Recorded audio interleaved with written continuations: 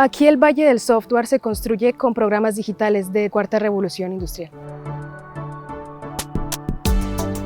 Un lugar que sea sobre todo espacioso, que sea calmado, donde cada persona pueda tener su espacio privado, pero que igualmente podamos compartir en conjunto. Me imagino como si también hubieran pequeños estudios, lugares donde se realizara trabajo, o sea, la producción en sí, aparte de donde lo enseñen.